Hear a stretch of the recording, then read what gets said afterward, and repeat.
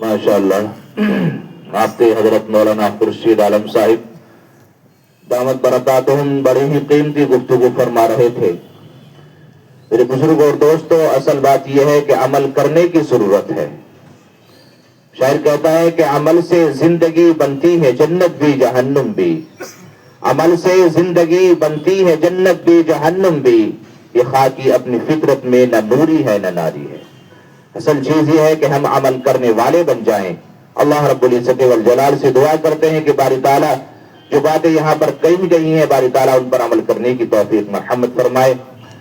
Programme کو آگے بڑھاتے ہوئے میں گزارش کر رہا ہوں آج کے مہمان مکرم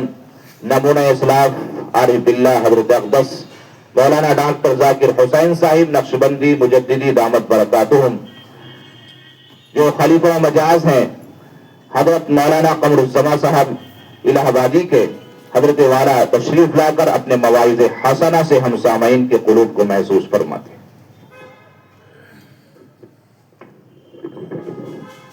السلام علیکم ورحمۃ اللہ وبرکاتہ۔ الحمد للہ نحمده ونستعینه ونستغفره ونعوذ باللہ من شرور انفسنا ومن سیئات اعمالنا، من يهده الله فلا مضل له من يضلل فلا هادي له، ونشهد أن لا إله إلا الله وحده لا شريك له، وأشهد أن محمدا عبده ورسوله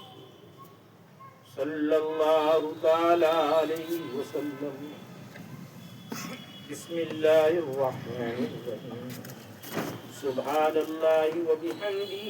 سبحان الله العظيم۔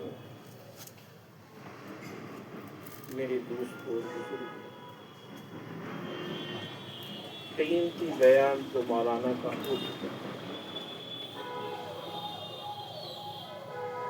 حضرت صحابہ رضی اللہ تعالی عنہ سرکار دو عالم صلی اللہ علیہ وسلم سے عرض کرتے ہیں، یا رسول اللہ صلی اللہ علیہ وسلم نصیحت کیجیے لیکن بہت تھوڑی سی کیجیے۔ حضرت مولانا شاہ عبد الرحیم صاحب نور اللہ مرکزہ نے فرمایا کہ صحابہ کہتے تھے نصیحت کیجیے تھوڑی سی کیجیے۔ فرمایا کہ ڈاکٹر صاحب جانتے ہو کیوں؟ فرمایا صحابہ تو یہ تمنا کرتے تھے کہ حضور کہتے رہے ہم سنتے رہیں، لیکن اس لیے عرض کیا کہ کئی بہت ساری بات سن لیں اور عمل نہ ہو تو قیامت کے دن پکڑ ہو جائے۔ تو میری عزیز و بیان حضرت مولانا ہمارے بڑے محترم اور مکرم ہیں، انہوں نے بیان کیا۔ ہمارے مولانا بیٹھے ہوئے ہیں جو اس میں نظامت کر رہے ہیں، ماشاء اللہ کی بات ہو رہی ہے۔ تیرت پور والوں، یہ آپ کی خوش قسمتی کی بات ہے کہ کوئی یہاں پر اہل نسبت بزرگ مدفون ہے پرانے، جس کی وجہ سے اللہ نے آپ کو یہ نعمت عطا فرمائی خانقاہ والی، ورنہ مجھے اور کچھ نظر نہیں ہے۔ کوئی اللہ والا یہاں رہا ہے تیرت پور کے اندر جس نے بیٹھ کر اللہ اللہ کی ہے، یہ اسی کا فیض ہے، اور اسی سے فیض سے قاری منیر عالم صاحب پیدا ہوئے، اسی سے ہمارے صوفی جی پیر صاحب پیدا ہوئے، نسیم صاحب، یہ قاری منیر بیٹھے ہوئے پیدا ہوئے، اللہ ان سے آگے اور پیدا ہو اور سلسلہ جاری رہے گا۔ یہ بہرحال آپ کے لیے ایک نعمت کی بات ہے کہ چند گھڑی بھی ماں اسد اللہ صاحب کا شعر پڑھا تھا حضرت نے کہ جس زمین پر اگر چند لمحے کے لیے بھی اللہ کا ذکر ہو جائے تو آسمان سے لے کر زمین تک ہی کانٹا لگ جاتا ہے۔ اتنی برکت والی مجلس ہے، لیکن اس کا اندازہ کب ہوگا؟ اندازہ جب ہوگا جب ہماری آنکھیں بند ہو جائیں۔ اب یہ سلسلہ ہے کیوں؟ یہ ذکر کا سلسلہ ہے کیوں؟ اسے کیا چاہا جاتا ہے؟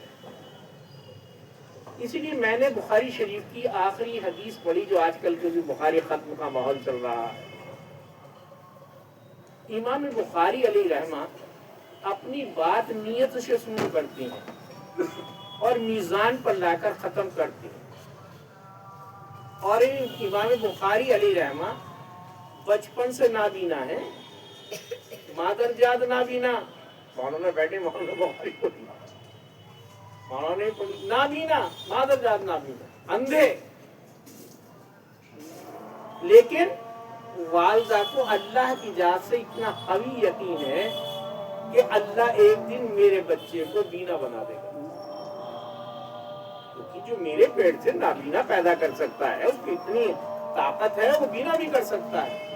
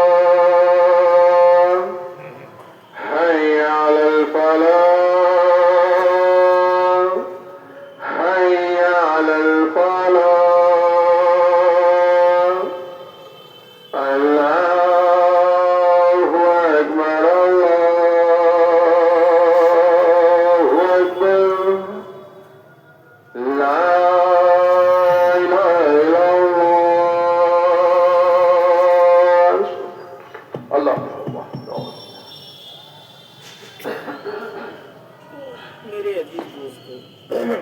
میں یہ عرض کر رہا تھا آپ کے ساتھ کہ امام بخاری نابینا ہے، ماں کی پیٹ سے نابینا ہے، لیکن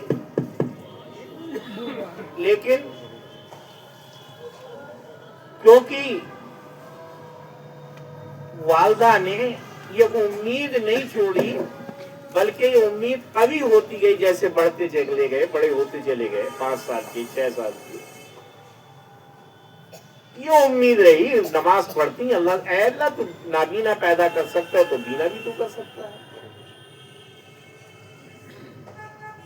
ایک دن دیکھا 10 سال کی عمر ہے امام بخاری رحمت اللہ علیہ کی، یا کچھ کم ہے، ماں نے دیکھا کہ دروازے سے ٹکرا دے، بچہ ٹکرا دیتا نابینا، بس آہا نکل گئی ماں کی، اور فوراً سجدے میں گر گئی اور رونے لگی اور کہنے لگی اے اللہ تو میرے اسماعیل کو بینا بھی کر سکتا ہے اگر یہ نابینا، تیری ذات بڑی قدرت اور بڑی طاقت والی ہے۔ اور اسی اس میں انہیں نیند آ گئی، رشی کاری ہو گئی، خواب میں کسی نبی علیہ السلام کو دیکھا، کچھ نے کہا کہ حضرت ابراہیم علیہ السلام کو دیکھا، اور انہوں نے کہا کہ تیرے بچے کو اللہ نے روشنی واپس دی۔ آنکھ کھلی، دیکھا تو امام بخاری کھیل رہے ہیں، دونوں آنکھوں میں روشنی ہے،